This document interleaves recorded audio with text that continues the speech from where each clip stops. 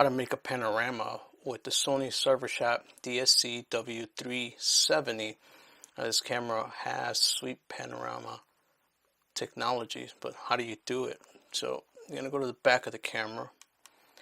On the back of the camera we have this dial. So this dial, what you're going to do is you're going to turn it until you get to this icon, and it tells you sweet panorama. Okay, so there's the icon, and it gives you a little bit of information, and then the screen is going to turn and you're going to see this arrow represented here. Okay, so what you're going to do is you're going to have your scene, whatever your scene is, you're going to press down on the shutter.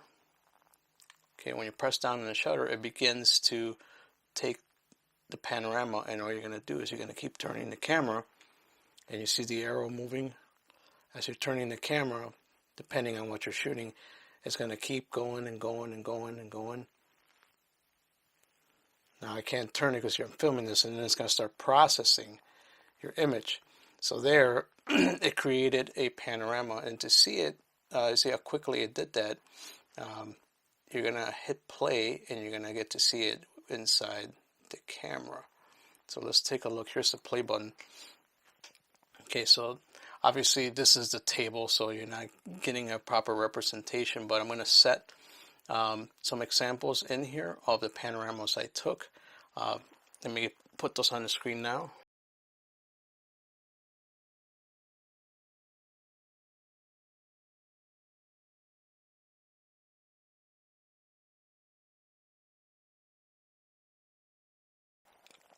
So this is an in-camera panorama, and it does a really good job actually of stitching that together within the camera, and it's already a JPEG within the camera, and then you can just export it.